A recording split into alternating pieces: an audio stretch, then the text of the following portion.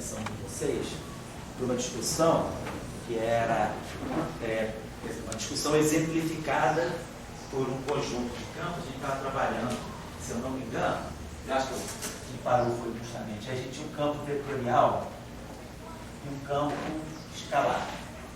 E aí a gente estava falando que a gente estava tratando desse sistema de um vetor e de um escalar não propriamente acoplados, mas com um mixing, né?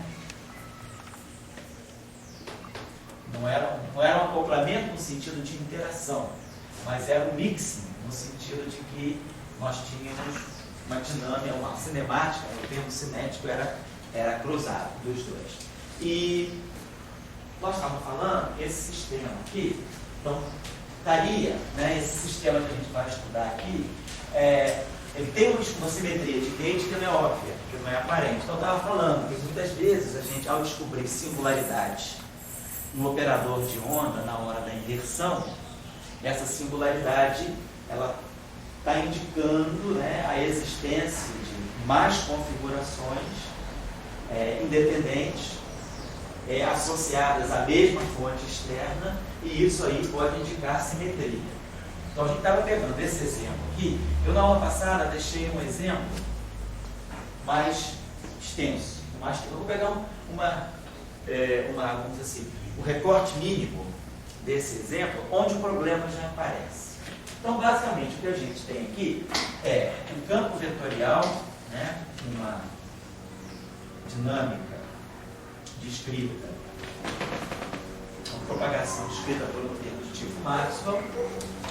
Temos aqui um campo escalar real, um termo do tipo Gray-Horton.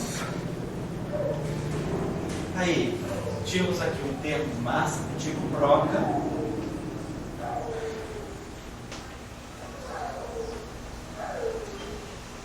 E não ter um termo de massa para ele, vou colocar aqui um termo de mix entre Φ e Km.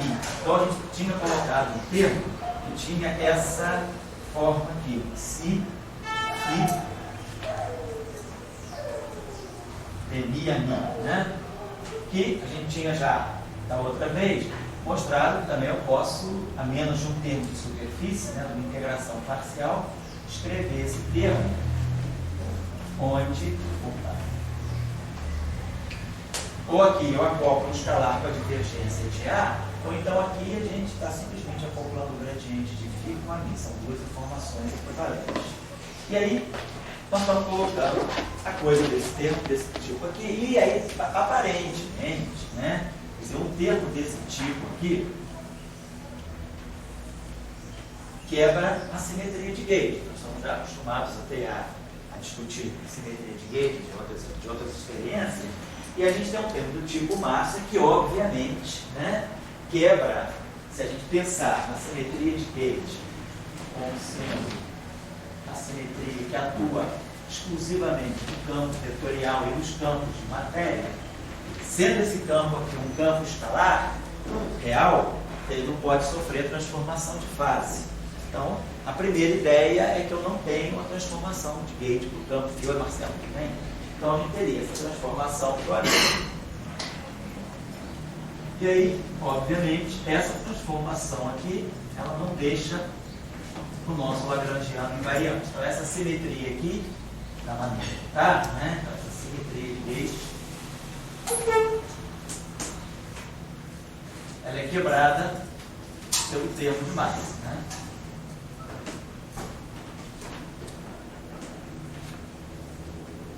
Quebrada por causa desse termo e por causa desse termo. Esse termo aqui é invariante, esse termo aqui não é trocado, da maneira que está. Então, nós estávamos discutindo a questão que quando a gente monta, né, uma grande, vai estudar, a primeira análise que a gente vai fazer é a análise da propagação dos graus de liberdade. E aí a gente vai ver os campos associados a esses campos, as funções de Green. E aí, nesse caso, como outros casos que nós já estávamos estudando, nós temos termos de mixing, né? Então, nós temos aqui esse termo que faz uma mistura dos campos. Nós não temos exatamente, a gente não tem exatamente, né, um termo para cada, um termo de propagação para cada campo. Então esse termo aqui entrelaça os dois campos, então a gente deve ter uma mistura de graus de liberdade. Tá? Estou retomando a aula da onde a gente fez da outra vez, comecei agora, e da outra vez eu já deixado para vocês até fazer em casa, eu acho, a tarefa, um lagrangiano mais amplo para ver possível e se meter. Eu estou restringindo aqui o lagrangiano a uma forma menor, onde a gente já vai enfrentar uma discussão.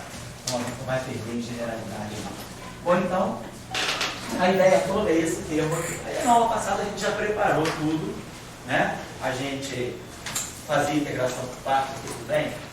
Aqui também, claro, e preparar esse termo aqui. Então, na outra vez, nós vimos que, devido ao mix do φ com a mi, é mais razoável a gente introduzir um dublete de campos, né? A gente pode introduzir um dublete de campos assim, a gente coloca o ami e o φ no dublete, vamos chamar isso aqui de campo φ-mi, vamos chamar campo x-mi, é assim. E aí, a ideia da gente vai ser poder escrever esse lagrangiano dessa forma, né? No meio, né? Usar x transposto, aqui o operador de onda, e aqui x. Essa vai ser a nossa ideia. E daí a gente pode ler um operador aqui. E esse operador de onda, a gente colocava sob a forma de uma matriz 5x5, né? Com um setor aqui, 4x4, no espaço de fora. Então, estou só recapitulando. A gente fez as integrações por partes aqui. Aqui dá o operador transverso, se juntava com um pedaço do transverso daqui. Então, a gente produzia aqui.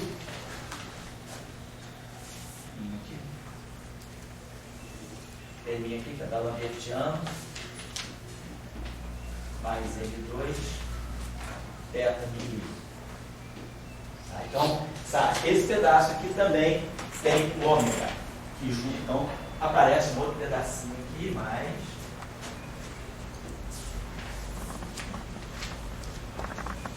M2, ômega mi. Lembrando que aqui a gente está colocando a mi, né? Então, a gente aqui vai com esse termo que vai ser o termo que vai atuar aqui no campo φ. Então, esse termo aqui nós decompunhamos em dois, para poder fatorar esse meio aqui, né?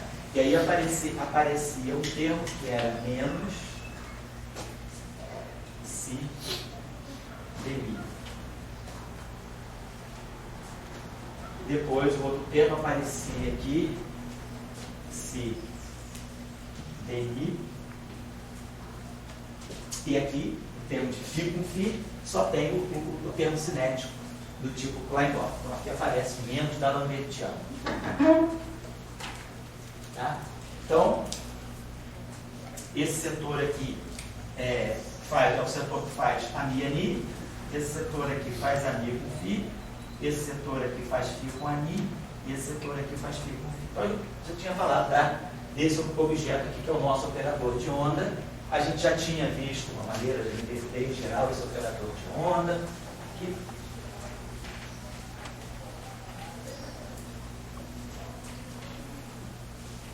E aí a gente tinha visto que a melhor maneira de inverter esse operador era invertendo esse.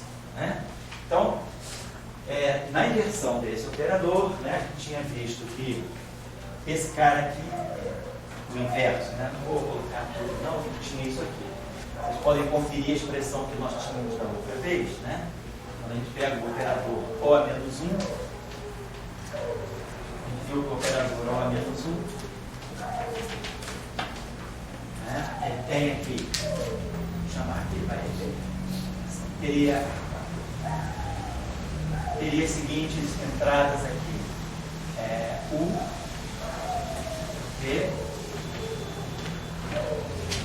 W e Z.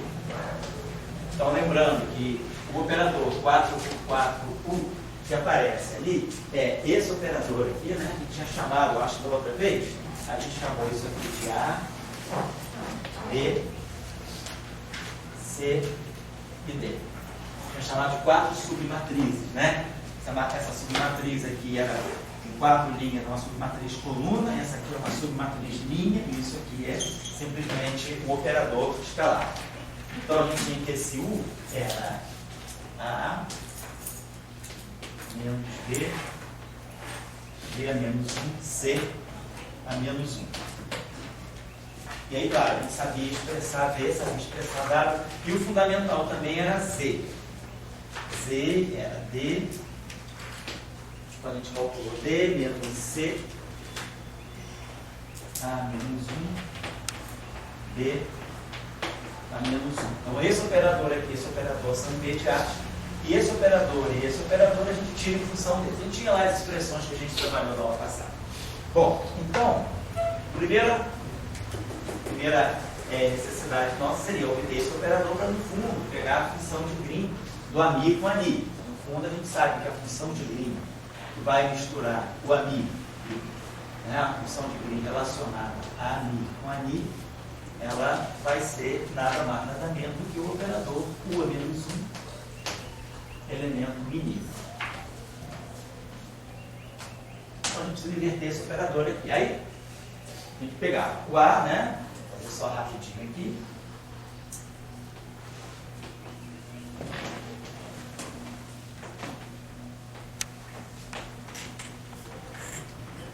E aí, menos esse cara, vezes o inverso desse, vezes esse. Vamos ter 3 sinais menos, vai dar um sinal menos, e vamos produzir aqui exatamente menos si ao quadrado, ou mais n2, né? E menos si ao quadrado dni sobre box. Então a gente produz o menos si ao quadrado ômega mini. É daqui. D é menos 1, esse cara vai para o denominador, eu produzo dni sobre d'Alembertiano, que é o operador longitudinal ômega. Então, fica claro que esse objeto aqui, isso aqui igual a isso aqui, a menos 1. Então, fica claro que a gente pode inverter esse operador desde que M2 seja distinto de ômega de si ao quadrado. Se M2 for distinto de si ao quadrado, eu tenho um operador, na forma alfa teta mais beta ômega. E aí a gente sabe que o inverso disso é 1 sobre teta mais 1 sobre beta ômega. Isso aqui a gente sabe que não é certo.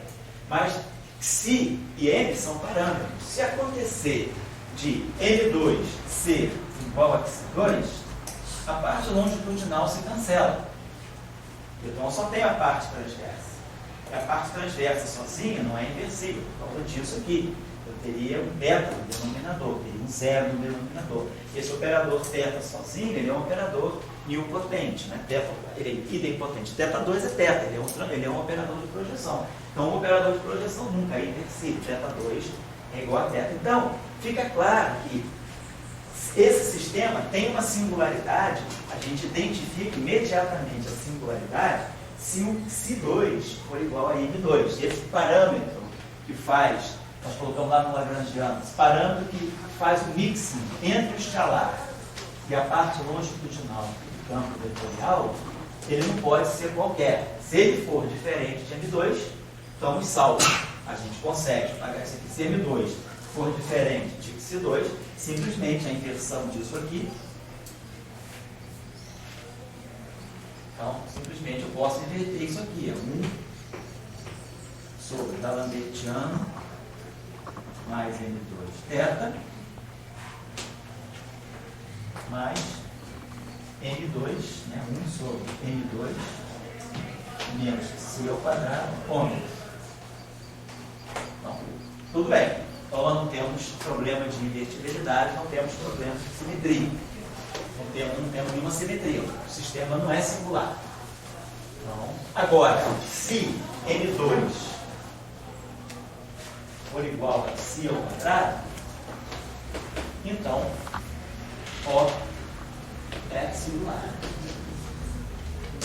O operador O não pode ser inversível, não pode ser invertido. Vocês detectam o mesmo problema se vocês começarem por aqui. Se nós pegarmos D menos, vou pegar aqui que é o mesmo cálculo, vai ser D menos B menos C. Esse cara aqui inverso.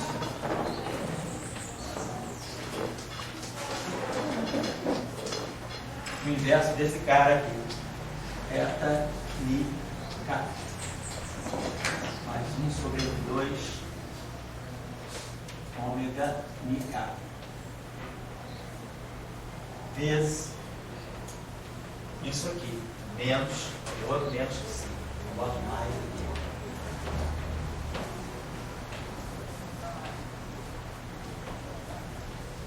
Então ficou B menos C A menos 1 B.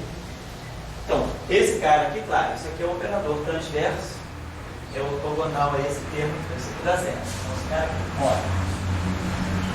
Esse cara aqui, DNI. Então, nós temos DNI. Vamos produzir um termo aqui que vai ser C2 sobre M2. C2, né? Sobre M2. DNI dk. DNI é ômega NK. DNI dk sobre box. Aí eu vou produzir aqui um DNI dk. Então, DNI dk, esse carinha aqui cancela isso, né? E, opa, e aí aqui eu fiquei com esse objeto aqui. Esse objeto, então eu produzo esse termo extra, ele vai ser C2M2, da Lambertiana, ômega, DNI dk, não ômega dk. Então fica da Lambertiana. Então a gente fica com isso aqui. 1 menos, ou menos 1 mais C2 sobre M2 da Lambertiana. Então, de novo, esse operador aqui, quer dizer, o Z, isso aqui nada mais é do que menos 1 mais C2 sobre M2 a menos 1, da Lambertiana menos 1. E aí, de novo, eu estou com o mesmo problema. Isso aqui só pode ser invertido se o Xi, o ômega, se o N e o Xi forem diferentes. Então, o mesmo problema que eu identifico aqui, é sempre o problema da inversão de um operador. Então, isso está me mostrando que esse sistema tem essa singularidade nessa situação de parâmetro. Esses parâmetros são livres. Não sei se tem uma, vamos dizer assim, uma dinâmica por trás. Posso chegar e botar os parâmetros à mão, ou pode acontecer de um desses parâmetros, de repente, depender da temperatura, o sistema sofrer, né, vamos dizer assim, desaquecimento, e aí a gente passar numa situação, um desses parâmetros, né, eles podem, o modelo em si tem parâmetros distintos, mas pode acontecer uma situação em que um parâmetro seja variável, de acordo com algum agente externo, pode ser uma temperatura, e um parâmetro varia até atingir o outro, e aí nessa situação o sistema apresenta essa singularidade. Então, na situação em que os dois parâmetros coincidem, eu tenho essa singularidade. Então, a singularidade nós já tínhamos chamado a atenção aqui. Quando nós temos um operador de onda que é singular, classicamente, a gente está diante dessa situação. Um operador, um campo igual a uma fonte. Então, se esse operador aqui é singular, significa que eu tenho múltiplas soluções para a mesma fonte. Então, eu tenho diferentes soluções para a mesma fonte externa. Isso já é a presença de uma simetria. Quanticamente, né, ou uma teoria em que a gente tenha configurações, tenha campos quantizados, uma situação clássica. Eu teria configurações de campo compartilhando também a mesma fonte. E aí eu teria, numa situação em que esse campo está associado a partículas, nós teríamos degenerescência. Então, de qualquer maneira, o que a gente tem é uma simetria. Singularidade, então, está dizendo que há uma simetria. Então, Como é que eu vou resolver o problema? Eu tenho que, se eu tiver que inverter esse operador aqui, eu tenho que primeiro perceber que simetria é essa, porque aí nós sabemos, quando nós temos simetrias locais, parte do processo é a fixação do gate. Tem que pensar, se eu tenho uma simetria local, como no caso da eletrodinâmica, eu tenho que procurar um gate, tem que fixar uma condição em cima dos campos. No caso da eletromagnetismo, é o potencial quadrilateral. Nesse caso aqui, eu tenho mais campos. Quem é a simetria de gate que eu tenho? Então, vamos voltar ao nosso lagrangiano de partida aí. Então, a gente tinha o termo menos um quarto de F mini ao quadrado. Então, é claro que esse termo aqui a gente sabe exatamente qual é a simetria, a transformação de gate agora no campo vetorial. Aqui nós temos um termo do tipo Klein-Orr.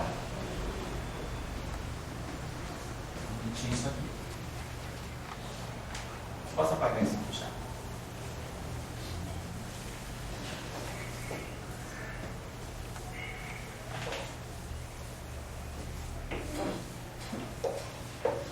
Daí a gente tinha o termo tipo massa.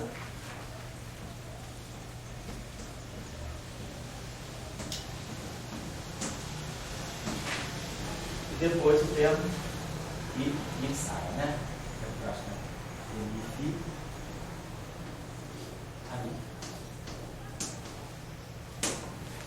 bom, a gente sabe que certamente esse termo aqui, a presença desse campo vetorial, está ali indicando que eu posso partir dessa ideia, dessa simetria. Então, esse termo aqui fica perfeitamente invariante quando eu substituo, troco A por A'. Esse termo aqui vai apresentar, lembrando-se agora, desculpa, nós estamos numa situação em que nós temos, eu acho que aconteceu do C2 ser igual a N2. Nós vamos estar trabalhando nessa situação aqui, que é a situação de singularidade. C2 igual a N2, sei lá, posso pensar que esse N2 é o C ao quadrado. Tá? Bom, então nesse termo aqui, com essa transformação aqui, esse termo aqui, a variação dele, o delta desse termo, né, sobre essa transformação, vai ser 2, né, N2, que é o C ao quadrado, a mi, delta de A. Delta de A é dmi alfa. Então, esse termo aqui varia dessa forma. Esse termo aqui também vai variar. Esse pedaço aqui, ele vai sofrer uma variação. Então, dmi alfa. Esse delta aqui. Então, eu vou ter uma variação vindo daqui, ou uma variação vinda daqui. Esse termo aqui está me indicando o seguinte: eu tenho a mi dmi alfa. Então, aqui eu tenho a mi, aqui eu tenho esse termo. E, aqui é tudo invariante. Agora, se o φ variar, eu vou poder ter uma variação aqui também. E vamos imaginar que o φ possa variar. A gente está pensando que se tem uma simetria e o A varia, com a variação do A apenas, se eu deixar o φ inerte, eu não vejo simetria nenhuma. O único jeito de eu ter uma simetria é eu ter uma variação também para o φ também sofrer a transformação de gauge, de tal maneira que as transformações advindas do φ se compensem com as transformações advindas do ami. Então eu preciso pôr uma transformação em cima do φ. Então nós temos de alguma forma aqui impor um filinha. O que a gente pode imaginar é o seguinte: a variação do A, ela traz uma derivada em alfa. Então esse termo aqui produz uma derivada em φ e uma derivada em alfa. Esse termo aqui produz um ami com uma derivada em alfa. Então, esse termo aqui, se eu tiver ami, aqui observem, que aqui eu tenho esse C ao quadrado. Então, o que a gente pode imaginar é que tudo está indicando que um pedaço, uma variação, se esse termo varia, eu tenho uma variação que vem daqui e uma variação que vem daqui. Então, o primeiro pedaço é a variação do φ com a mi. O segundo pedaço é dmi-φ com a variação do A. Esse segundo pedaço me produz dmi-φ, dmi alfa. Então, isso aqui, dmi-φ, dmi alfa, pode ser alguma coisa que venha daqui. Como também, aqui eu tenho um pedaço que é a mi. Se eu pegar a segunda variação aqui, que é o ami fixo, e estiver variando isso, eu produzo a mi TI alfa. Então a gente está vendo que o alfa parece que está ligado diretamente ao φ. Então a gente pode pensar, é razoável a gente pensar, que a transformação pode se passar desse tipo aqui. Um φ e quando esse cara aqui, esse termo aqui, produz um psi ao quadrado. Esse termo aqui produz um psi. Então a variação do φ, para poder cancelar esse termo aqui, eu vou ter um ami, né, que é esse ami aqui, e aqui eu tenho um dm alfa, mas eu vou produzir um fator psi ao quadrado. Então a gente pode imaginar que é razoável, né, a gente ter um parâmetro aqui, quer dizer, a gente vai poder ter aqui sei lá, vou botar aqui um alfa, que é proporcional a alfa, tá claro. Agora, provavelmente tem um fator psi aqui para poder, a variação desse é da ordem de psi, esse é psi2. Então, ao fazer a variação aqui, ao variar o φ, eu tenho que produzir um termo do tipo psi2 dm alfa a mi. Então, a gente pode pensar o seguinte, mesmo que a gente não colocasse, a gente chega a ele para poder cancelar. Então, a gente pode botar aqui um parâmetro, sei lá, um parâmetro constante kappa, constante c, psi alfa. Parece que essa transformação essas duas transformações em concomitância podem deixar essa ação invariante. Deixa eu apagar isso aqui. Então vamos ver com essa proposta aí qual é a variação lagrangiana. Delta L. Delta L. Esse termo aqui é zero, porque, né, a variação devido quando eu variar isso aqui vai ficar 2F mini, variação do F mini. A variação do F mini é dmi, delta de F. Então vai dar dmi alfa menos dmi alfa, dmi alfa. Então o primeiro termo é óbvio que é zero. O segundo termo vai dar a seguinte variação. Duas vezes, no meio cancela. Então vai dar dmi alfa, dmi φ, vezes dmi da variação do φ. Então vou produzir C, si, dmi alfa. Então seria a variação do primeiro termo. Se eu adoto essa transformação aqui para o φ. Depois o segundo termo, variação desse termo todo aqui, o 2 cancela, então fica M2, que é psi2, ami, dmi alfa. E depois o último termo, que vai ter duas variações, psi, a variação desse cara aqui, então a variação do φ vai produzir C, psi ao quadrado, dmi alfa, né? Psi ao quadrado, dmi alfa, ami. E depois a última variação, que vai ser a variação clara, C, psi, dmi φ, delta mi, que é o dmi alfa. Vamos colocar, então a gente tirou consistem em 4 termos, na verdade, né? Então, como é que eu posso ter o cancelamento de alguma coisa um com o outro? Então, esse termo aqui, dmi φ, dmi alfa, C e psi. Então, está me indicando que o C deveria ser menos 1. E aí, se o C é menos 1, esses dois termos aqui também se cancelam. Então, fica claro que é essa transformação aqui que eu tenho que impor. Então, a gente acaba descobrindo que, de fato, tem uma simetria de Gauge. Quer dizer, a análise da função de Green revela que tem uma singularidade, e aí o meu trabalho é buscar a simetria, que deve estar não manifesta, que deve estar aí subjacente a esse lagrangiano. Então, o que a gente observa é uma categoria de campo que não é campo de matéria. Campo de matéria, a gente já estudou, né, previamente, a gente sabe que o campo de matéria, ele fica na corrente, se acopla com o campo de Gauge, e a transformação do campo de matéria acaba sempre sendo uma fase. Esse campo não se transforma com uma fase, até porque ele é um campo real. A gente começa a construção da gente dizendo que esse φ é um campo real. Então, esse φ, que é um campo real, ele está absorvendo o parâmetro alfa inteiro, né? Então, esse tipo de campo é uma categoria de campos que a gente costuma denominar na teoria de campos chamados compensadores. São os campos que se transformam de uma forma algébrica como parâmetro de Gauge, parâmetro de transformação de Gauge é o alfa. Então, o φ ele simplesmente é um compensador nesse sentido. Como parâmetro, quer dizer, como essa simetria ela é válida para parâmetros alfa locais, né, que dependem de t e de x genéricos, eu não faço nenhuma restrição ao alfa. Então, se eu escolher um alfa, se nós por acaso escolhermos, já que o alfa é genérico, eu posso passar de uma família de campos φA para uma família de campos φ'A'. A simetria está aqui, né?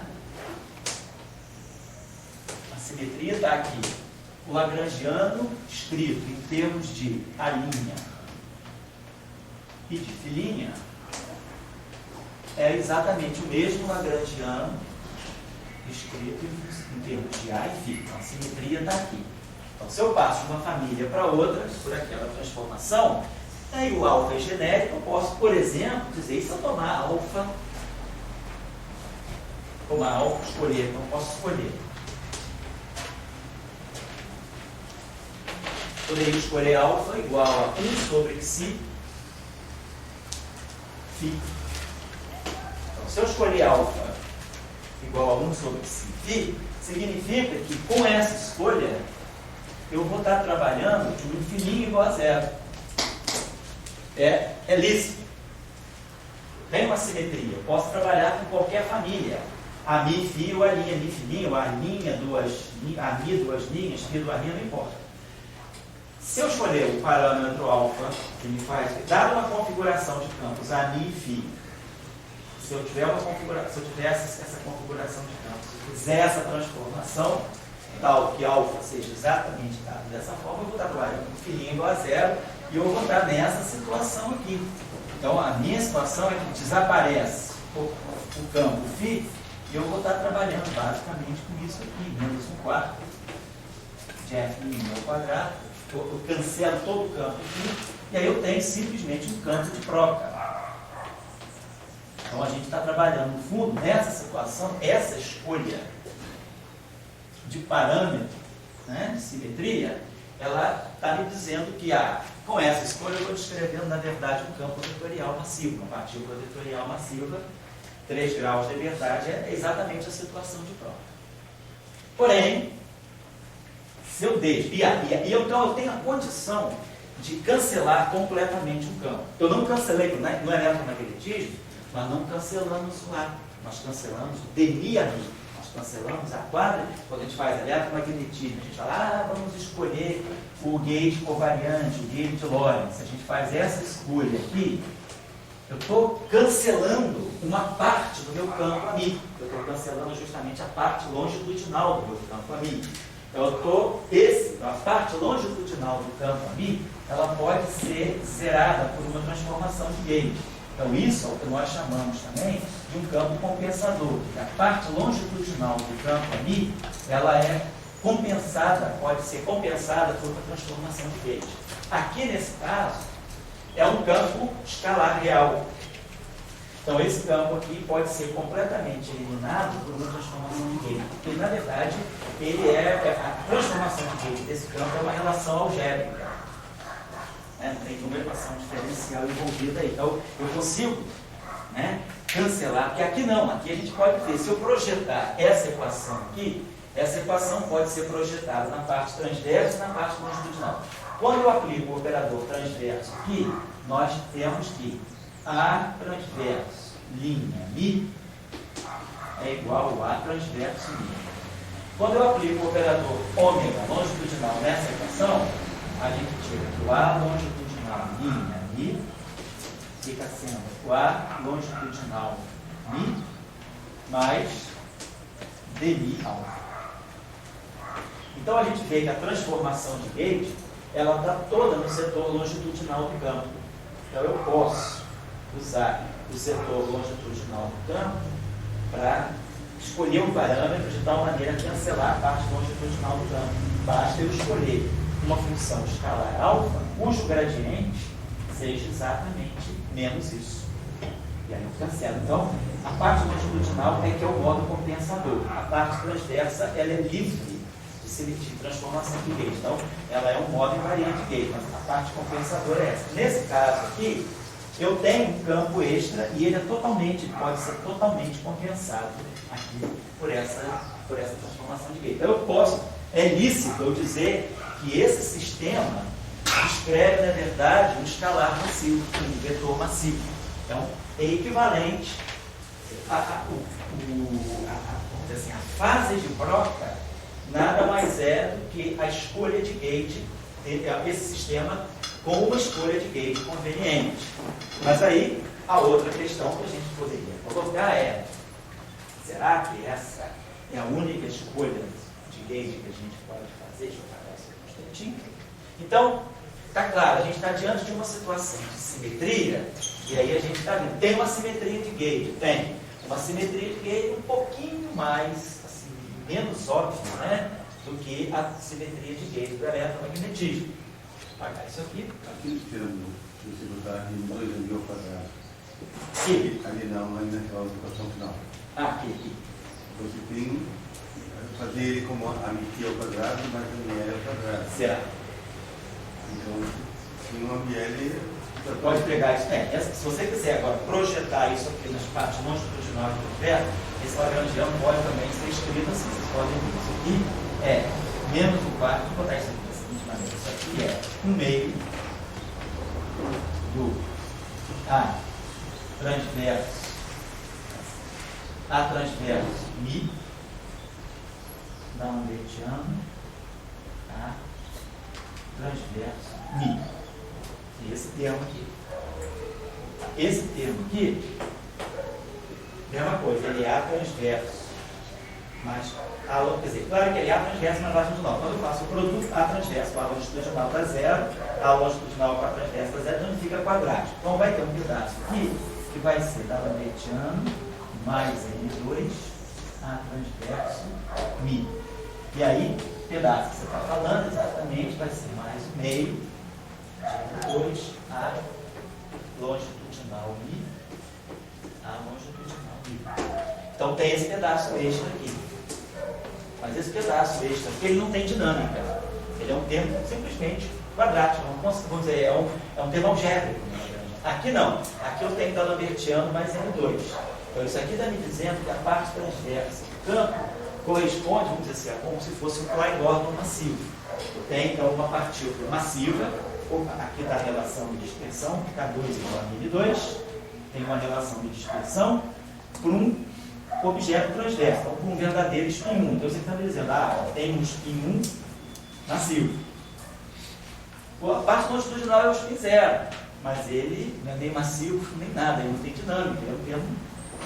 A equação, se eu fizer o princípio variacional para esse campo, vai dar AL igual a 0. Eu faço o princípio variacional aqui, eu ganho isso aqui igual a 0. Teria uma equação de Klein-Gordon para esse cara. Esse cara descreve um vetor massivo.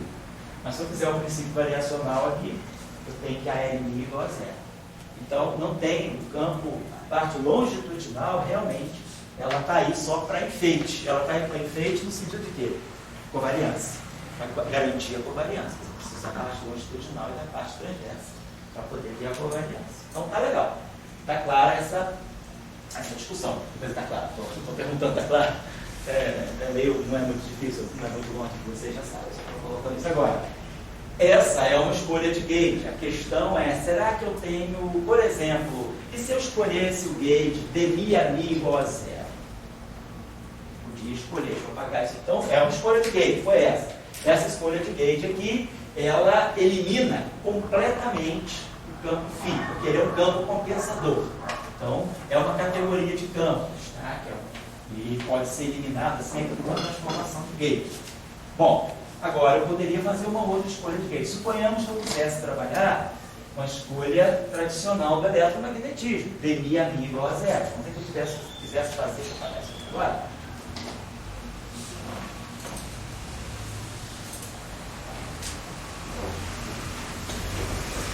Então, se a gente quiser trabalhar com o gate de Mi igual a 0, o que a gente vai fazer? Vamos acrescentar aqui ao lagrangiano o termo de gate fixe, né?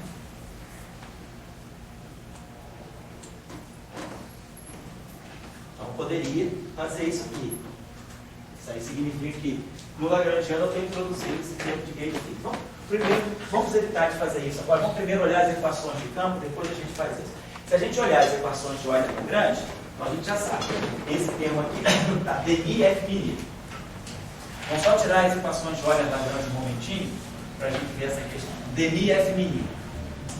Fazendo variação aqui, tá? Fazendo variação por parte, DI F mini. Fazendo a variação em relação a mim. Se está fora, aí vamos ter aqui mais N2 a Mi.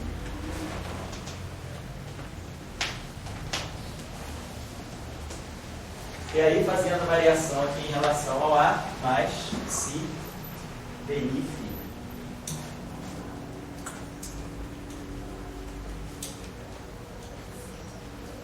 Então, essa equação de campo para o AMI.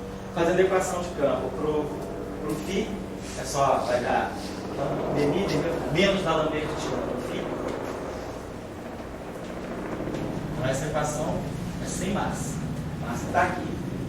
E aí, jogo para cá, menos, faço integração por parte, também vai ficar menos, vai ficar mais Si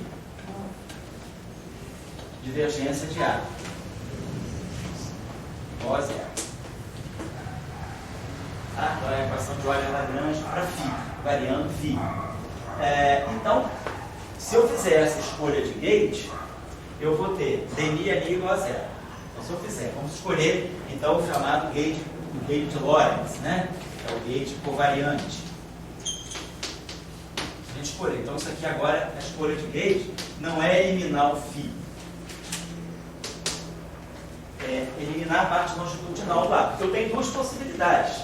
A minha transformação de gauge está aqui ou está aqui. Se eu usar aqui, eu fixo o gauge por aqui, eu mato o Φ. Se eu fixar o gauge por aqui, eu mato a parte longitudinal do ar. Que é o que eu estou fazendo lá, dmi ali igual a zero. Então, esse termo aqui desaparece. Aí, nessa situação, nós estamos descrevendo um escalar de massa nula. E aí, se eu fizer esse escalar estar presente aqui, agora, nessa equação aqui, isso aqui é D'Alembertiano do AMI. Esse termo aqui é isso, né? D'Alembertiano do AMI menos dmi da divergência de A. Então, de novo, se eu agora jogo fora isso aqui,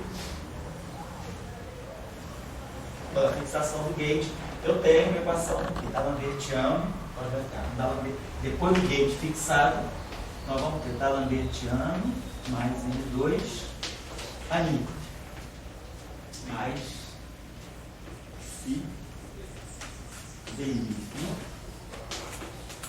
igual a zero. Então, esse campo não desacopla. Naquele caso, né, quando a gente tem, no caso do eliminar o Φ, eu tenho simplesmente uma equação pura do A. Aqui não. Aqui eu tenho que o gradiente de Φ está servindo de fonte para o ANI, aqui. E o D'Alembertiano de Φ é zero. Tá? Então, o D'Alembertiano de Φ, vamos pensar, o D'Alembertiano de Φ, podemos fazer a seguinte brincadeirinha, só para, deixa eu apagar aqui. Já fixando o gauge, estou só para fazer uma ilustração aqui com vocês. Usando então a primeira equação, está descrevendo um escalar de massa nula. Qual é o papel desse escalar exatamente? Então, essa equação aqui pode ser escrita assim, dni, né? Dni Φ igual a zero. Legal, vou apagar então isso aqui. Agora, quem é dni Φ?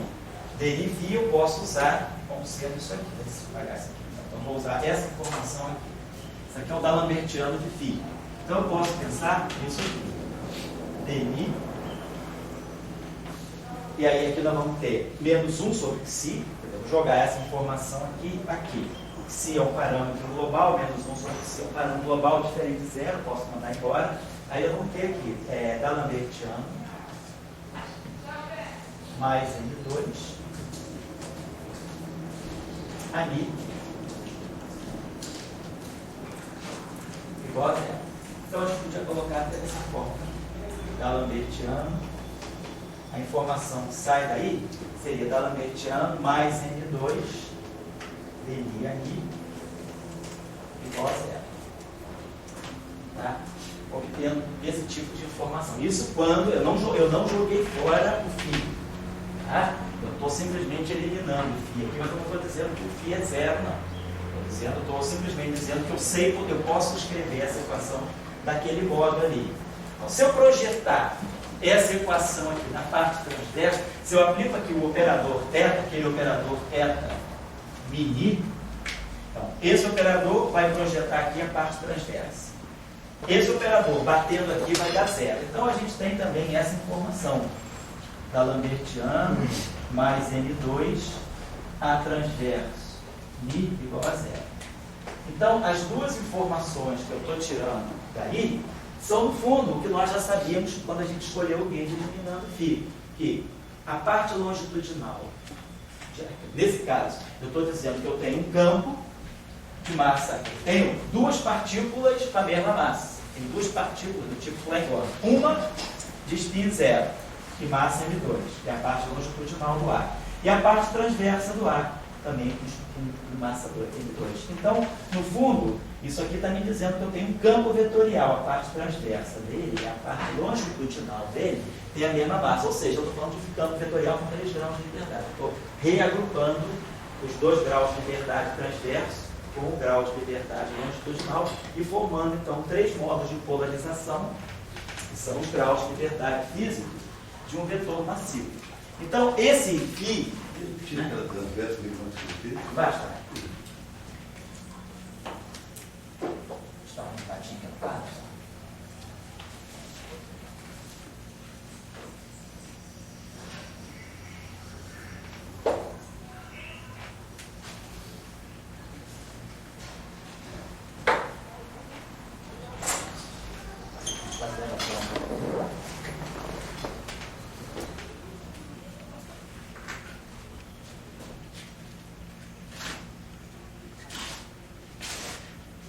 Bom, só repetindo aqui o que você falou, né?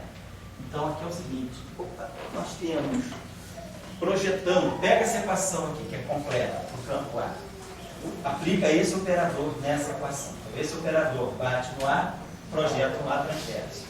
Esse operador batendo aqui dá zero. Então a gente ganha essa equação aqui. Essa aqui veio pela substituição do φ. Então o que a gente está vendo é que o φ aí, ele é um campo que, no fundo, ele está sendo um coadjuvante.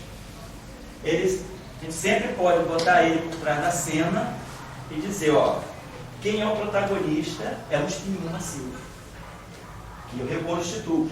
Eu tenho duas maneiras, ou eu mato o bandido, mato o fio, e aí sobra um amigo com um espinho massivo. Então, matou o coadjuvante. Agora eu não matei o coadjuvante. Mas eu falei, cara, tu é mesmo auxiliar. Você não morre, mas você sai de cena. Eu consigo tirar ele de cena e jogar toda a luz em cima do campo. Então, são duas descrições equivalentes. Eu tenho uma simetria de gauge. Tá? Esse é o papel da simetria de gauge. É mostrar... pode falar. O técnico ali? Não, no primeiro você botou a parte longitudinal. Ali que você escreveu mais. Não está escrito aí, mas ali você apagou. Daí você botou como uma conta algébrica. Quando eu tinha escrito aqui no Lagrangiano. Quando você matou o φ.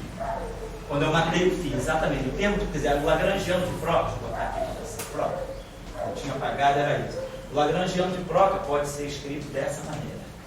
Um meio de A transverso mi, Lambertiano, mais L2, A transverso mi, mais o meio, L2, a longitudinal mi, a longitudinal, o Lagrangiano de Proca. Isso.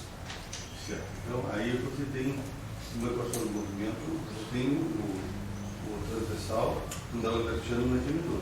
Isso. Mas o longitudinal não está propagando. Isso. Na outra consideração, você conseguiu fazer os dois se propagarem. Eu não matei o fio. Mas essas considerações, indo por um lado, por um outro, devia ser até igual. Não, Nath. O conteúdo físico é o mesmo, mas o conteúdo de campos não, porque aqui nós matamos o φ. Então nós ficamos, né, observe também outra coisa, né, Bárbara? Aqui a gente tem um pouquinho mais de cuidado, que esses campos aqui são não locais. Tá? Então, quando eu estou colocando isso, isso aqui me presta só para uma interpretação em termos de partícula. Agora, eu não posso tratar, por exemplo, isso aqui, eu não vou quantizar o A transverso μ. Porque o que é o A transverso μ? Vou colocar aqui, porque eu não estou acostumado com essa discussão. O A transverso μ, na verdade, é isso aqui. É delta μ menos dμ sobre D'Alembertiano a μ. Quem é o campo verdadeiro é esse. Esse objeto aqui é não local, porque ele tem esse 1 sobre D'Alembertiano no denominador. Então, quer dizer, é só para colocar, para ficar bem claro aí, na verdade, essa expressão aqui, isso aqui a gente pode escrever assim, isso aqui.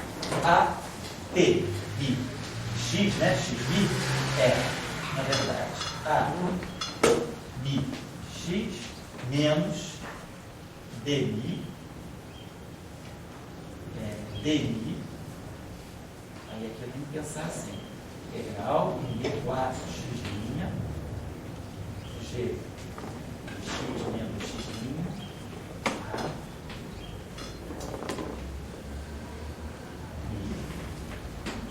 Essa expressão aqui, ela tem que ser pensada. Quando eu coloco o D'Alembertiano no denominador, na verdade, D'Alembertiano no denominador significa isso. Estou colocando, na verdade, a função de Green dele. Né? Então, isso aqui significa, né, que isso aqui está fazendo o papel de um sobre D'Alembertiano. Isso aqui é uma forma, vamos dizer, simplesmente simbólica de eu escrever isso aqui. Então, esse campo é não local. Então, essa descrição que eu estou fazendo aqui, isso aqui é útil só se eu quiser levar em conta o conteúdo de partícula. O que eu estou vendo daqui? Eu estou descrevendo um vetor transverso massivo.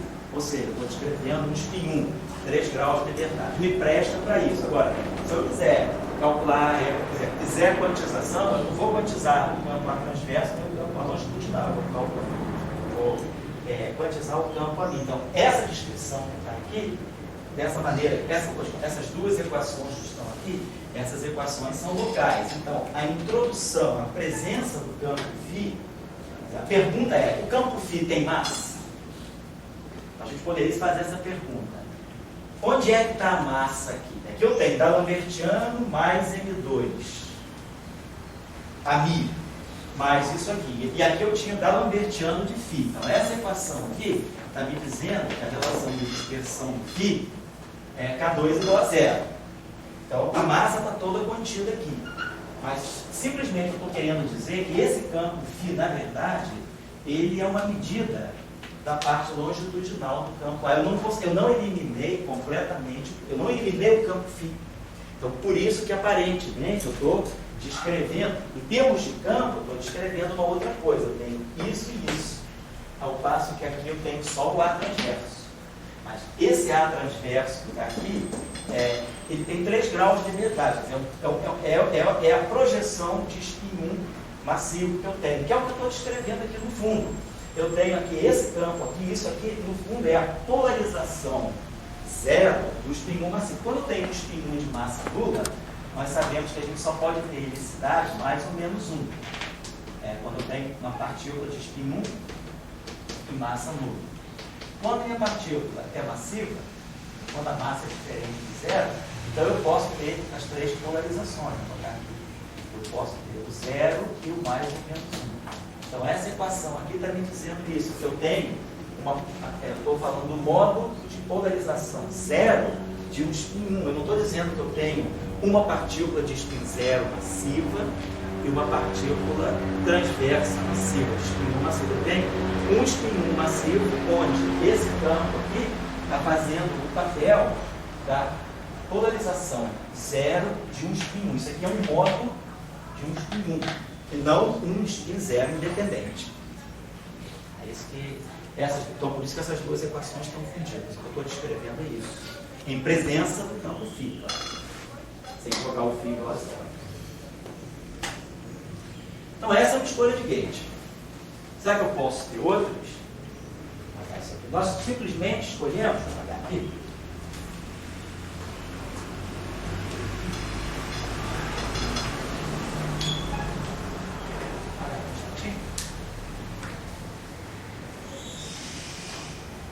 vou voltar aqui a transformação de vídeo um minutinho só. Então, vamos ver o que a gente está querendo. Deixa eu botar aqui de novo. Vou escrever o nosso lagrangiano só para poder a gente marcar uma relação entre a escolha do gauge e a forma do lagrangiano. Vou voltar aqui ao lagrangiano original, né? Então, só para recapitular isso aqui, menos um quarto de f em μ ao quadrado.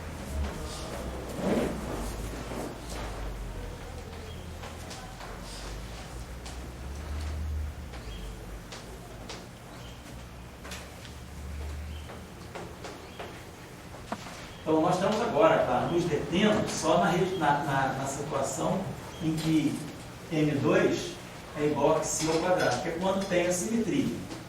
Eu nem falei, mas se a gente não tem essa simetria, se X2 é diferente de M2, o que a gente tem? Vamos depois só recapitular rapidinho, que aí sim, a gente tem duas coisas separadas. Vamos voltar. Falando da situação em que há simetria. O campo φ, ele se incorpora com o campo AB. E aí aqui a gente tinha um terminho que era mais Xi e aí. Então, nós escolhemos uma situação em que φ igual a zero. Então, essa aqui foi uma escolha de gauge, foi a nossa primeira escolha de gauge, né? Escolha que a gente pode chamar de escolha do gauge unitário.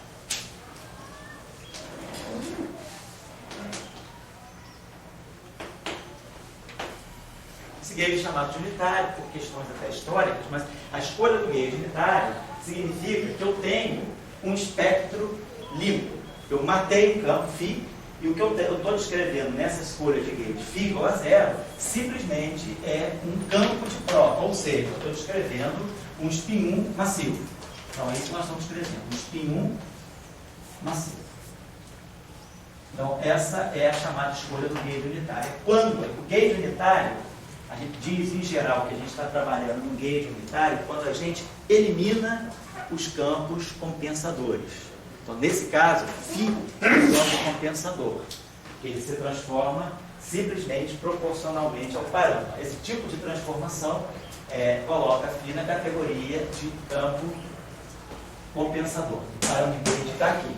Então, esse é o chamado gauge unitário. Depois, a outra escolha que a gente pode fazer foi trabalhar no gauge chamado gauge de Lorentz. dμ igual a zero. Então, gauge de Lorentz.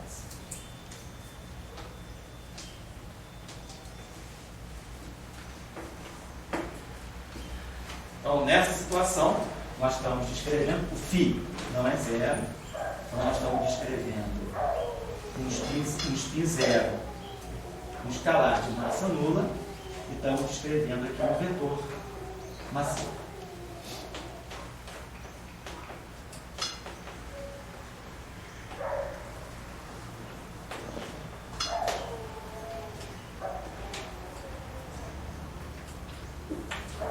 Agora, lembre-se que nós jogamos fora a parte longitudinal do campo φ. Então, nós estamos descrevendo, na verdade, a parte transversa do campo φ e mais um escalar φzinho. Outro escalar φzinho. Bom, e aí agora vamos ver se a gente pode pensar que esse termo aqui está perturbando a gente. Né? E a outra coisa que a gente pode pensar também é o seguinte: essa transformação aqui, ela está me dando, né? Meu campo φ, ele está mudando por um shift, né? A transformação de gauge dele simplesmente é um shift do campo φ. Se nós lembrarmos que os campos de matéria, eles se transformam com uma transformação de fase, a gente poderia estar pensando o seguinte: quem sabe houvesse um campo de matéria que eu posso chamar de Ki. Esse campo de matéria pode ser parametrizado da seguinte maneira, sei lá, um campo S, e aqui, vou botar aqui um pouco, e aqui a exponencial de I. Quando a gente tem um campo de matéria, a gente sabe que esse campo de matéria ele sofre as transformações de gauge abelianas, são fases. Então a transformação de fase dele vai ser, sei lá, um E alfa que, se ele tiver carga positiva, se ele tiver carga negativa, é menos alfa, não importa. Mas, então eu poderia pensar nessa situação aqui, isso aqui estaria me dizendo o seguinte: ou linha é aí linha é aí alfa, então isso aqui é rho é aí e mais alfa. Então, se eu tenho um campo escalar real se transformando por um parâmetro de gauge simplesmente por uma translação, isso pode estar me indicando que eu estou trabalhando aí com, assim, tipo, as migalhas de alguma teoria mais completa. Estou chegando no final do banquete, eu estou pegando só o que sobrou. Pode ser que houvesse algo mais pronto aí, já comeram um pedaço aí da refeição, me deixaram só isso aqui, só me deixaram a fase. E eu estou vendo a teoria por aquilo que sobrou dela, que é uma transformação de translação no campo real, e aí eu posso pensar numa reconstrução. Será que isso aqui não está me apontando para a fase de um campo escalar complexo, que é um campo de matéria? Esse campo de matéria se acopla ao campo vetorial. Eu imaginaria que devesse haver alguma coisa desse tipo. Demi que está Demi que, se esse campo de matéria é carregado, ele se acopla ao campo de gauge daquele modo, e o campo de matéria carregado, na verdade, a transformação de gauge dele vai atuar em cima da fase. Essa parte aqui é uma variante de gauge, módulo do campo, parte polar do campo. E a parte de fase, a parte de ângulo, é que sofre a transformação de gauge. E aí eu poderia imaginar que esse termo aqui, quando a gente abre essa expressão, a gente sabe o que é essa derivada covariante. Isso aqui é dmi mais i, vamos pensar assim, a mi. Então, isso está me dizendo que eu tenho alguma coisa ligada à derivada, né? Eu vou acoplar esse campo aqui, a corrente que sai daqui, a corrente que acopla com a mi, é algo desse tipo, né? Que está dmi aqui menos dmi que está aqui.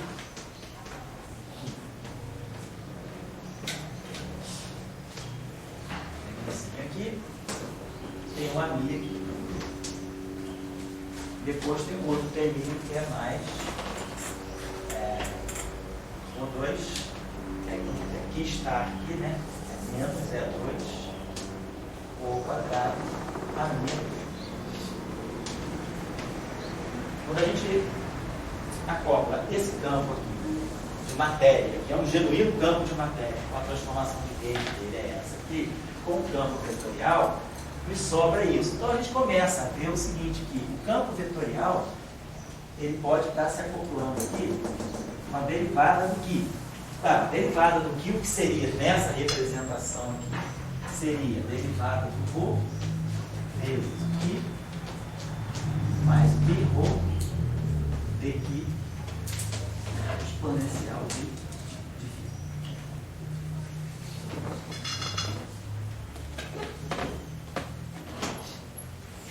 E aí lá, quando eu multiplicar, pegando só a derivada de multiplicar no que está, as fases se cancelam.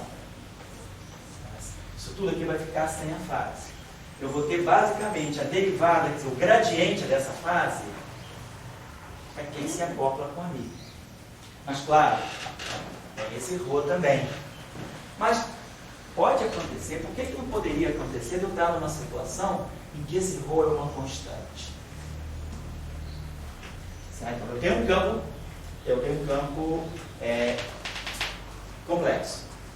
Poderia acontecer desse campo ser tal que ele se configura de uma tal maneira que ele joga todo o grau de liberdade dele para a fase. Claro, o campo complexo, ele pode flutuar tanto na parte real quanto na parte imaginária. Tanto isso aqui pode flutuar, quanto isso aqui. Então, em flutuação dos dois lados. Mas suponhamos que a parte, que é o módulo do campo, ela se estabiliza no valor constante, eu deixo flutuar apenas as fases. Se eu deixasse flutuar apenas as fases, eu ia ter exatamente isso. A derivada do ρ é zero, a derivada do ρ zero é zero, e ele sobrar um ρ zero, que é uma fase, esse aqui vai cancelar, porque vai ter com i, vai me sobrar o ρ zero e o dmi acoplado ao ami.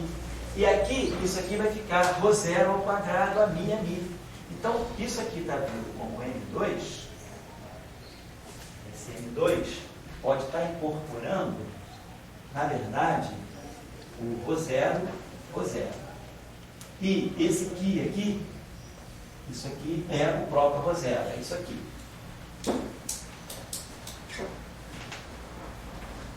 Então, esse cara de ρ zero ao quadrado é igual a isso ao quadrado.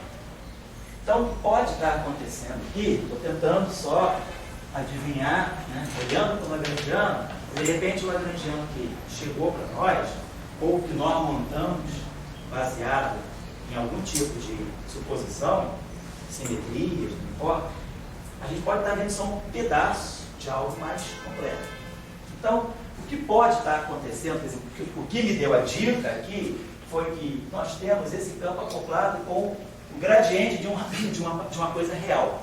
E o que mais me chama a atenção aqui é que um campo real que se transforma por uma simples translação, quando o campo vetorial sofre uma transformação de gauge, então a gente sabe, se o campo vetorial sofre uma transformação de gauge, a matéria ela absorve essa transformação sob a forma de uma fase.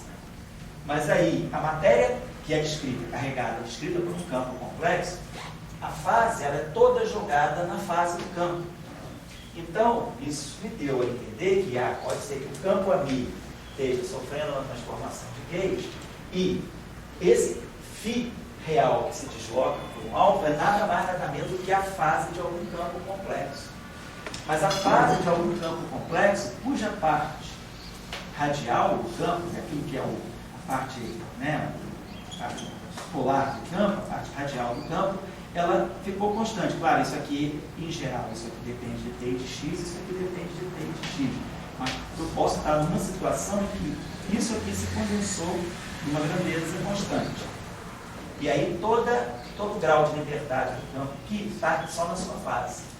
E aí a fase só que flutua, e essa fase aqui, ela se acopla com o campo vetorial. Então o que eu posso estar descrevendo aí é parte dessa situação. Na verdade, por trás de tudo, eu tenho um campo escalar carregado, cuja parte de modo, cuja parte modo cartesiano dele perdeu o caráter de campo, está numa configuração constante. Só esse cara aqui fica dependendo de t e de x. Então, o campo ele perde metade da sua parte, deixa só a fase flutuando. E essa fase, ao flutuar, ela se acopla com o campo vetorial desse modo aqui. E a gente entende que essa massa do campo vetorial nada mais é do que a parte de módulo do campo escalar, essa parte que se condensou aqui nessa constante. Então, é isso que está em jogo nessa situação. Esse é o mecanismo de Higgs, né? Só que a gente está colocando de uma outra forma, né? Ou a gente tem uma maneira mais operacional para isso. Mas o que eu estou dizendo é que, no fundo, quando a gente fala do mecanismo de Higgs, nas teorias, né, de leis abelianas ou não abelianas, é isso que pode estar acontecendo. Quando a gente está trabalhando nessa escolha de gauge aqui, que é o chamado gauge unitário, a gente está matando a fase do campo real. E agora eu tenho essa possibilidade aqui de trabalhar no gauge de Lorentz sem matar a fase do campo real. Então é isso, a física que está em jogo aqui é essa, certo? Na verdade, então nós estamos escrevendo um campo massivo, um campo vetorial massivo, e que adquiriu massa porque ele se acoplou com um campo carregado, escalar, carregado, e esse campo carregado sofreu, por algum mecanismo, condensou esse seu grau de liberdade real aqui. e ficou somente na fase. E aí, então, isso aqui no fundo, está medindo a massa do campo vetorial. E essa fase aqui, ela está acompanhando o campo vetorial só para manter, né, nesse caso aqui, nessa situação, manter uma informação sobre a parte longitudinal do campo ali. Então, nesse caso aqui, a gente está trabalhando no gauge covariante, mas seria a situação do mecanismo de Higgs no gauge covariante. Vou dar mais 10 minutos do intervalo. Vamos falar de uma outra possível escolha de gauge aqui, que eu vou deixar para vocês como exercício de casa. Se ele escolher gauge, vou deixar uma tarefinha para vocês.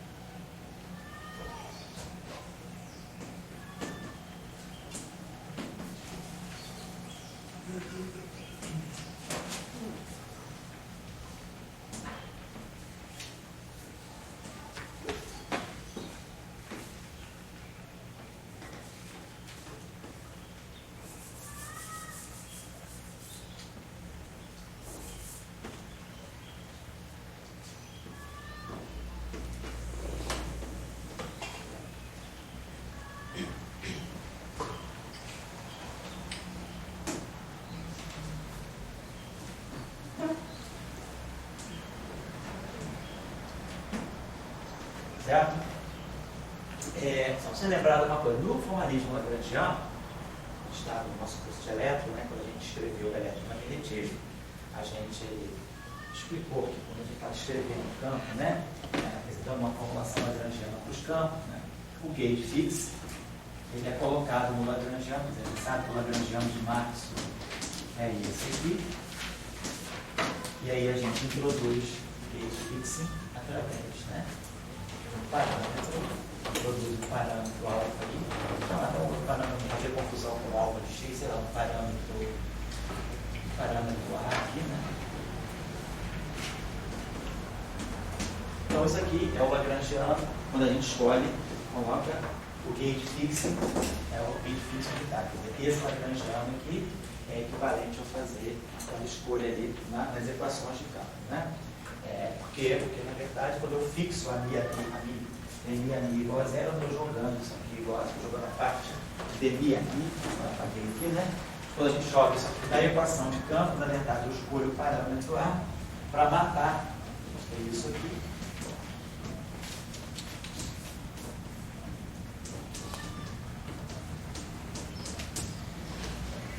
Esse termo aqui,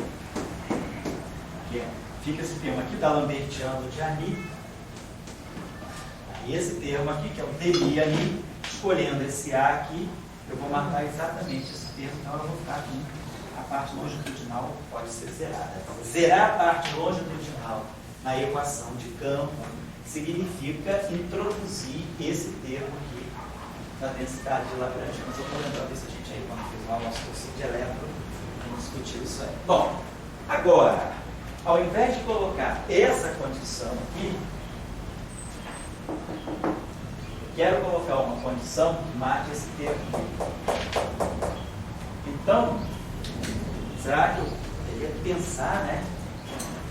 Modificar esse gauge fixing de tal maneira, não ser esse, mas ser um gauge fixing que, de alguma maneira, vai tomar cuidado desse termo visto aqui.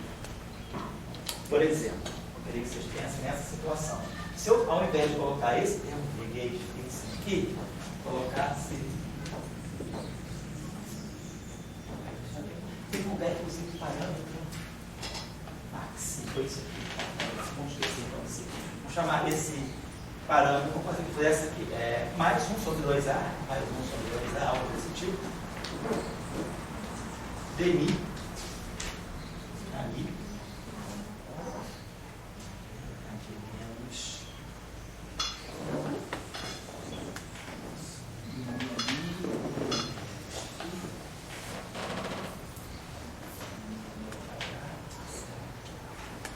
querer eliminar esse termo misto aqui, para poder ver se algo desse tipo aqui.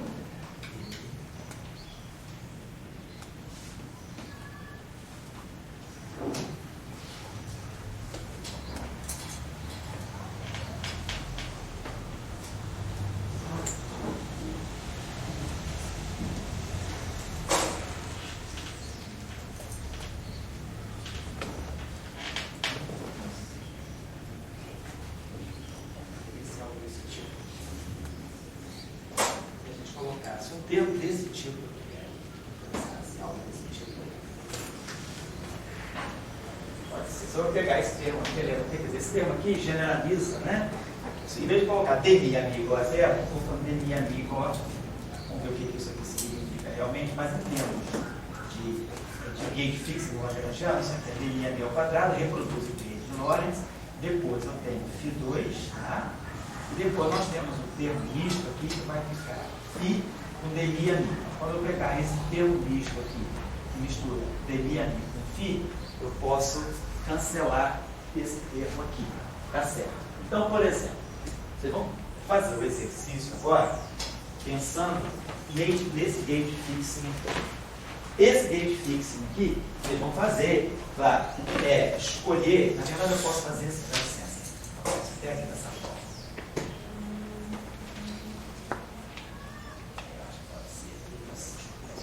A 2, tá? Certo? Tem um misto, né? A 2A que vai cancelar.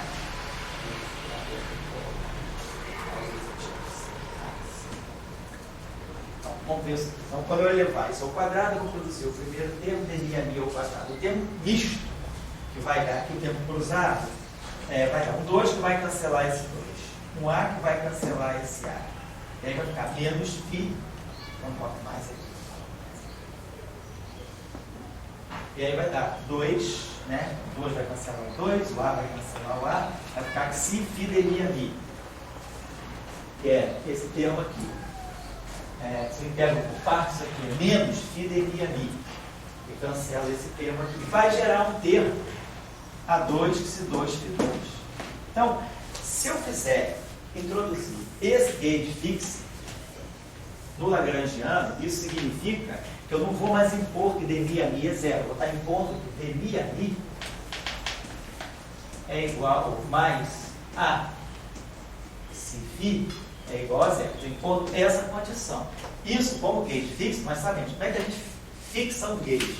A gente tem que fixar o parâmetro alfa através dessa condição. Quando eu faço uma transformação de gauge, esse trocinho, esse pedaço aqui dá Lambertiano de alfa. Vai produzir um Lambertiano de alfa, que é a transformação de gauge.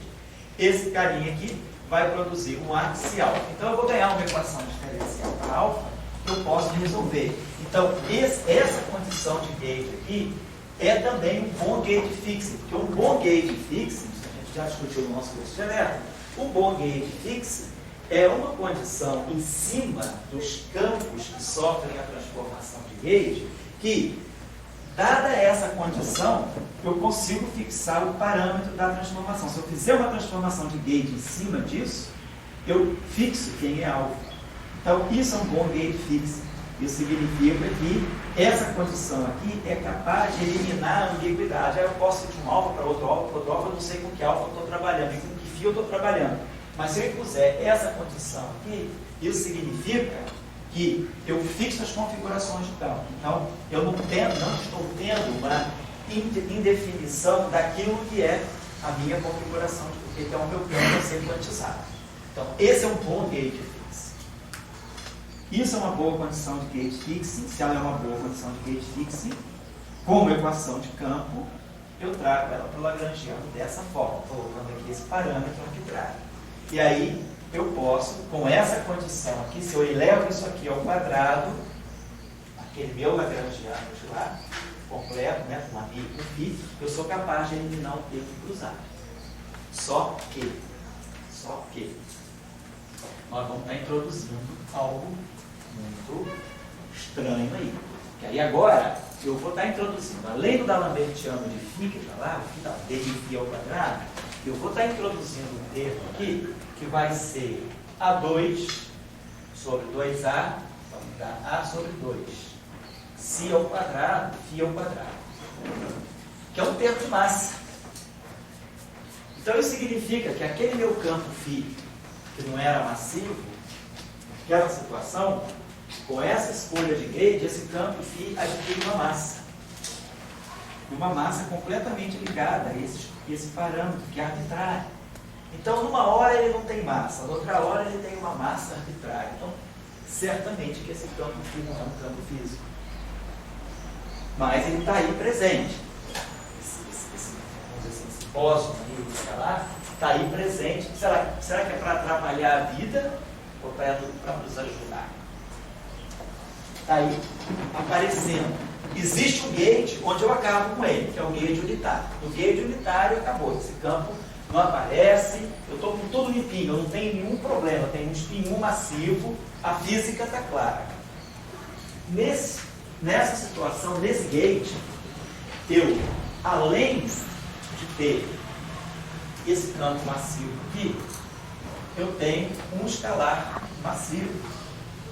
Só que esse campo massivo tem esse termo aqui, mas ele vai receber essa contribuição desse parâmetro lá. Então aparece um vetor massivo?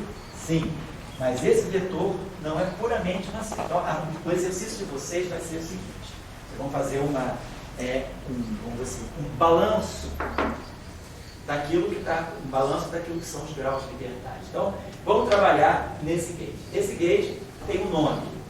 Esse gauge, por ser importante, sobretudo no modelo padrão, na teoria de Salant-Schweinberg, em todas as teorias de campo, com quebra espontânea da simetria, esse gauge é chamado de gauge renormalizável, porque, nós vamos ver mais tarde, quando a gente for trabalhar as identidades de ordens lá no Taylor, a gente vai ver que esse gauge está ligado à renormalizabilidade, é o gauge renormalizável ou o gauge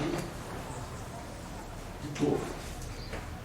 E aí também, ele muitas vezes é chamado de Paul gauge RC. Na literatura, ele é chamado de gauge RC, não tem nada a ver com esse C aqui não. Na literatura, a gente pode usar uma outra grandeza aqui, um outro símbolo para denominar isso, sei lá, vamos chamar isso aqui de um V. Na literatura, ele é chamado de gauge RC, que eu coloco esse Si aqui, esse Si aqui, e aqui tem um sinal V. Mas ele é gauge RC porque ele é um parâmetro de gauge. Ele não é aquele parâmetro lagrangiano, porque eu usei uma notação, vamos dizer assim, infeliz em relação à escolha padrão. Na verdade, o gauge R, ele também é chamado de gauge RC, porque ele introduz dessa forma e ele elimina. É importante dele é que ele vai eliminar aquele mixing que tem entre DMI e AMI. O mixing entre o escalar e o vetor. Ele elimina. Por isso que ele é chamado de gauge RC ou gauge renormalizado. Bom, o que vocês vão fazer nesse exercício? Nesse exercício aqui está tudo indicado. Vocês vão pegar aquele nosso lagrangiano completo, deixa eu botar aqui que a gente tem, vocês vão trabalhar nessa situação aqui. Mais o meio, MI, mais o meio, M2, AMI ao quadrado,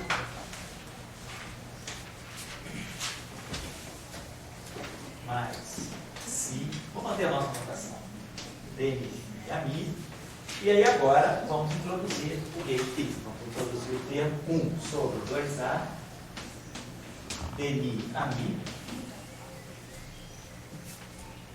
mais A, Si, φ ao quadrado. Então, vocês vão realizar esse trabalho aqui, certo? Vão ver, então, que com o termo cruzado que vai sair daqui vai cancelar esse, porém vai aparecer um termo novo no setor do AMI, 1 sobre 2A, DMI AMI ao quadrado, vai se juntar isso e isso, e o φ vai ficar com isso. Então, eu vou desacoplar. Esse gauge aqui, ele descruza AMI e φ, ele desacopla AMI do φ.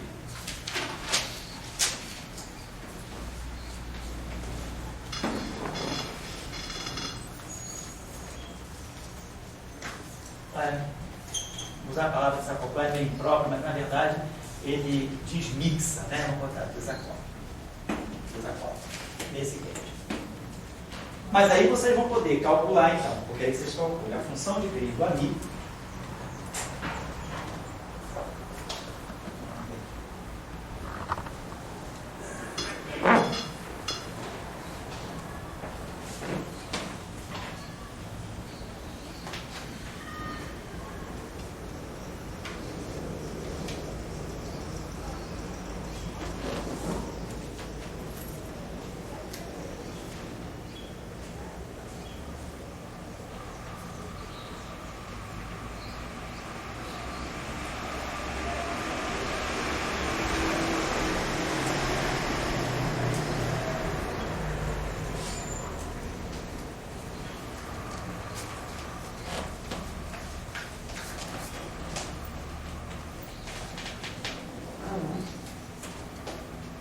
Vamos ver quem é a função de grid de um amigo ali.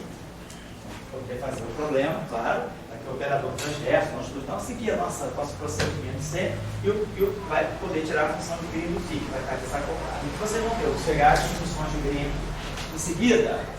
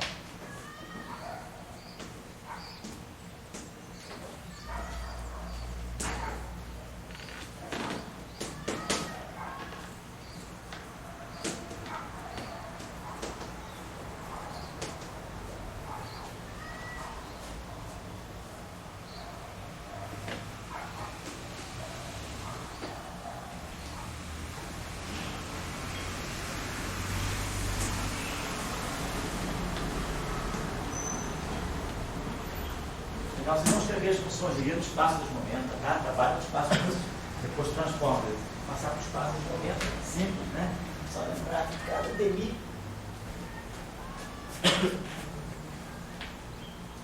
é menos I capa I, e cada galambertiano vai. Então, colocar no espaço dos momentos, isso significa que eu vou estar considerando aquela região que os campos estão oscilando fortemente, né? Derivada bem grande, demi, né? Bem grande. Laplaciano do campo é bastante elevado, porque eu estou pegando limite de altas frequências. Aí você vê que é bastante importante.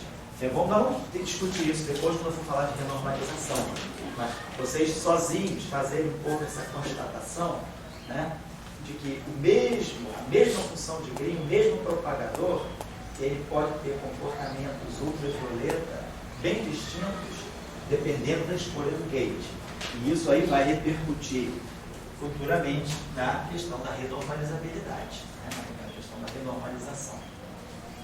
Então, quando formos fazer a discussão da renormalização das teorias de gauge, de Young-Mills, a gente vai ver que por isso que no gauge RC, vocês vão ver, se vocês calcularem o Gemini no último gauge que nós encontramos, vocês vão ver que é o gauge que no limite do ultravioleta realmente dá uma função de Green que tende completamente, ela é bastante suprimida. Já no primeiro gauge que nós escolhemos, que é no gauge unitário, a nossa função de Green tem um comportamento muito ruim na região ultravioleta. Então, isso aí por isso que o gauge unitário não é renormalizável. Por isso que o gauge RC é chamado de gauge renormalizável, porque nesse gauge, o Gemini, vocês vão ver, que ele tende, no infinito, ele vai com 1 sobre K2, quando K2 tende a infinito. Então, no infinito, região de altíssimas frequências, quando os campos estão oscilando muito, né, que é a região ultravioleta, que é a região dos infinitos, esse propagador aqui ele é bem amortecido. Ao passo que no gauge unitário, vocês vão ver que esse propagador, isso aqui no gauge RC, e no gauge unitário, vocês pegarem essa mesma função de Green, mas calculado no gauge unitário, quando o K2 estiver tendendo a infinito, isso aqui vai estar tendendo a uma constante.